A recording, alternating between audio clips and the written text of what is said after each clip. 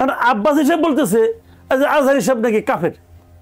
প্রশ্ন করেছিলেন বরিশাল থেকে আথার, তিনি প্রশ্ন করেছিলেন যে স্বরাষ্ট্র উপদেষ্টা সাখাওয়াত সাহেবের কথা বলেছেন, তেনার একটা বিবৃতির জন্য তাকে পরিবর্তন করে দেওয়া হয়, কিন্তু বর্তমান উপদেষ্টা যিনি আছেন তিনি বারবার এত ভুল করার পর বা তিনি এতটা কি বলা যায়, আপনি নিজেই বলছিলেন, তারপরও কেন তাকে আসলে চেঞ্জ করা হচ্ছে না, তাকে কিসের ভিত্তিতে আসলে রাখা হচ্ছে সেটি নিয়ে কেন তিনি জানতে চেয়েছেন, সেটি নিয়ে কেন প্রতিবাদ সেভাবে হচ্ছে না? প্রতিবাদ কিভাবে হবে? প্রতিবাদ শোন, সমস্যাটা কথা জানেন, প্রতিবাদ করতে গেলে তো মানে পুরো গভর্নমেন্টের উপর প্রতিবাদটা চলে আসে। কারণ আমাদের সমস্যাটা কি, আমরা তো ইউনূস সাহেবকে ভালোবেসে ফেলেছি। প্রবলেমটা হলো এই জায়গাটাতে, যাকে আমি ভালোবেসে ফেলাই তার কিন্তু কোনো রকম মানে আপনার সমস্যার চোখে পড়ে না আমাদের। এখন এই দেশের আর তো কোনো উপায় ছিল না, আমরা ইউনূস সাহেবকে ভালোবাসি, স্টিল ভালোবাসি। উনি এক একটা আকাম করেন আর আমাদের ভালোবাসি একটু একটু করে কমতে কমতে এখনো ওনার দিকে বেশি আছে, এখনো ওনাকে ভালোবাসি আমরা। এখন প্রবলেমটা যেটা হয়েছে যে ইউনূস সাহেব মনে হয় আমার ধারণা জাহাঙ্গীর সাহেবকে ভালোবাসা ফেলেছে।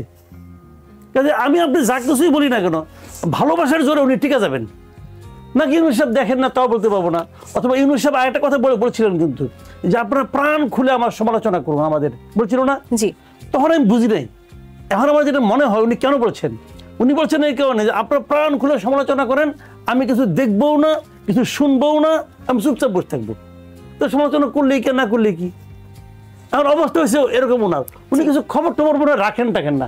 যদি রাখতেন, কয়েকদিন আগে দেখলাম উনি বিবিসিকে বলতেছেন যে আইন শৃঙ্খলা অবস্থা তো খারাপ হয় নাই, উনি বলছেন তো এটা যথেষ্ট ভালো আছে। কি বলেন ভাই, যদি খারাপই না হলো তার এক সপ্তাহ আগে ওনার স্বরাষ্ট্র উপদেষ্টা রাত 3:30টার সময় প্রেস কনফারেন্স কি কারণে করছে বলেন? তার বাসভবনের দিকে ঘটনা ঘটছে, উনি হয়তো ঘুমাইতে পারেন নাই যে এত কিছু হচ্ছে, আমি কিছু করতে পারছি না কেন। ঠিক আছে, আরো অনেক লোকের ঘুম থেকে জায়গাটাকে নিয়ে এসে উনি বলছেন, তাহলে ওটা তো খারাপের একটা নমুনা। এই নমুনা ওনার চোখে পড়ে নাই, উনি নির্দ্বিধায় হাসি মুখে বলতেছেন না, কোনো চেঞ্জ হয় নাই। আবার বলে আগের মতোই আছে। যদি আগের মতোই থাকে তাহলে ওটা আমি সরাইলাম কেন? আমি তো ভালোর জন্য সরাইছি রে ভাই। একদম। আর একটু বিষয় নিয়ে যদি একটু কথা বলি, যে ওয়াজ মাহফিলের যে বিষয়টি, সেখানে নারীদেরকে টার্গেট করে বারবার কথা বলে, এই বিষয়টি কিন্তু শুধু একজন দর্শক করেছেন তা না, আমরা যদি বাইরেও একটু কান পাতি, সোশ্যাল মিডিয়াতেও দেখি যে সেখানে দেখছি যে নারীদেরকে আসলেই বারবার টার্গেট করা হচ্ছে, এবং সব থেকে উইক ওয়েপেন কি নারীরা, যাদেরকে সহজে টার্গেট করা যায়, সহজে ব্যবহার করা যায়। আমরা যখন সমতার কথা বলি, নারী স্বাধীনতার কথা বলি, তখন পোশাক থেকে শুরু করে একটা নারী কিভাবে চলবে, কিভাবে সবকিছু কি কারা আসলে নির্ধারণ করে? এখানে না এই বিষয়টা খুবই ডেলিকেট একটা বিষয়, সেনসিটিভ একটা বিষয়। আমি এই সেনসিটিভ বিষয়টা নিয়ে একটু কথা বলি। বলবেন প্লিজ। জিনিসটা হলো কি, যে একজন লোক মাথায় টুপি আছে, আলখাল্লা আছে, আবার অনেকে পাগড়ি আছে, দাড়ি আছে, আরবি বলতে পারে ভালো, উনি কথা বলতেছেন। এখন উনি একটা হুজুর, এখন এই হুজুরটা ঠিক হুজুর নাকি এই হুজুরটা সমস্যা যুক্ত হুজুর, এটা কিন্তু আমি আপনি বুঝবো না, আমি আপনি তো ওই জ্ঞান নাই আমাদের কাছে। আচ্ছা, আবার এই হুজুররা কিন্তু পরস্পরকে কাফেরও বলে। এই যে মিজানুর রহমান আজহারি একজন আছেন, খুব বিখ্যাত, কিন্তু টেলিভিশন খুললে, ইউটিউব খুললে ওনাকে পাওয়া যায়। আবার আরেকজন আছেন ডক্টর এনায়েতুল্লাহ আব্বাসী, উনিও খুব বিখ্যাত লোক। আমি দুজনের বক্তব্য খুব মন দিয়ে শুনি, আমার পছন্দ হয়, দুজনে শুনি আর মুগ্ধ হয়ে যাই, কি সুন্দর বলে। কারণ আব্বাস হিসাব বলতেছে আজহারি সাহেব নাকি কাফের, স্পষ্ট বলছে। এখন আমার কথা হলো কি ভাই, দুইটাই সত্য হইতে পারে না, হয় আব্বাসই ঠিক নাহলে আজহারি ঠিক। কারণ আমি যেমন কই, আমি কি আজহারিটা শুনে আমি কি কাফের দ্বারা প্রভাবিত হচ্ছি, নাকি আমি আব্বাস হিসাবে শুনে কাফের হাত থেকে মুক্ত থাকতেছি? এখন যে কথাটা আব্বাস হিসাব বলছে, ওই কথাটা যদি আমি মাসুদ কামাল বলতাম, তাহলে এতক্ষণে আপনি এনে বসে আলাপ করতে পারতাম, হয় হাসপাতালে থাকতাম নাহলে কবরে থাকতাম। হিসাবটা খেয়াল করেন আপনি। এখন তাহলে এখন কোনটা ঠিক হবে? অথচ রাষ্ট্রের ক্ষমতাও নাই এই দুজনের কেউ কোনো একজনকে প্রশ্ন করে যে তোমার কথা ঠিক কি মিথ্যা আমাকে বলো। এই রাষ্ট্রের ক্ষমতা নাই, এটা নাই কেন? তাহলে আমার অথরিটিটা কে? আমি কার কথা শুনবো, আমি কার কথা মানবো? রাষ্ট্র কেন দুইটা পরস্পর বিরোধী বক্তব্যকে সমান তালে চলতে দিচ্ছে? আমাকে দিবে? আপনি শুরুতে যেমন বলেন ডেলিকেট, আসলে এই বিষয়টা এতটা সেনসিটিভ, আমি এটা শেষ করি। আমি মনে করি রাষ্ট্রের উচিত, একটা ইসলামিক ফাউন্ডেশন আছে না, এর কামটা কি? বই বেচা?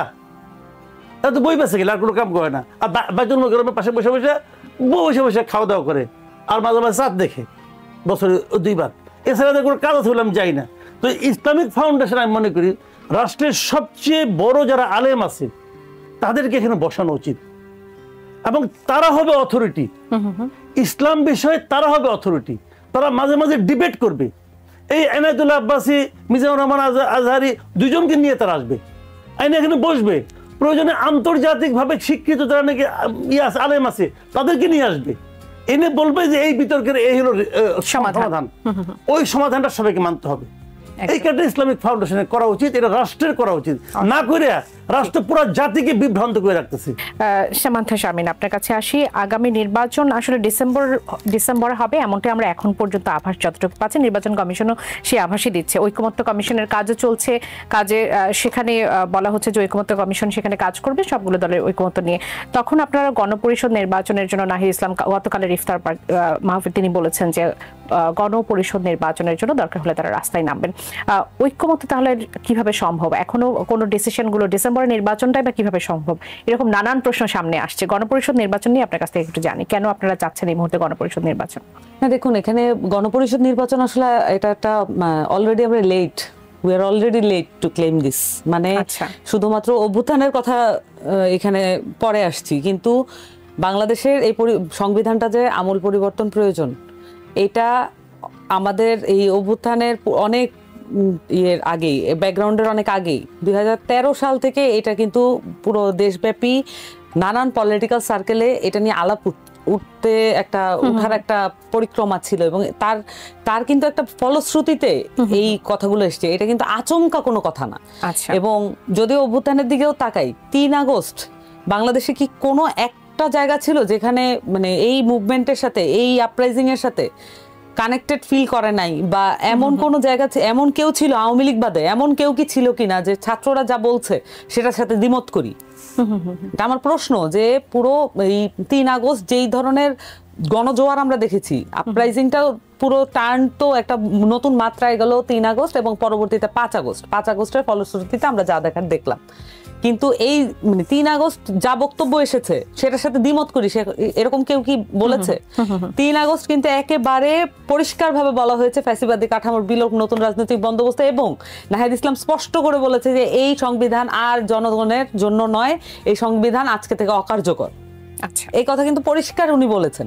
তাহলে ওই কথাটার সাথে যদি কেউ দ্বিমত থাকতো সেটা তো সেদিনই বলা যেত, নাকি এমন ব্যাপারটা ছিল যে আজকে ছাত্রদের ঘাড়ের উপরে বন্দুকটা রেখে গুলিটা করি, আওয়ামী লীগটা যাক, তারপরে হচ্ছে আমরা নিজেদের রাজনীতি আমরা নিজেরা করব। কিন্তু এখন যেটা দাঁড়াচ্ছে, পুরো অভ্যুত্থানের মধ্যে এই ছাত্রদেরকে ব্যবহার করে যদি এই ধরনের একটা রাজনৈতিক কূটকৌশল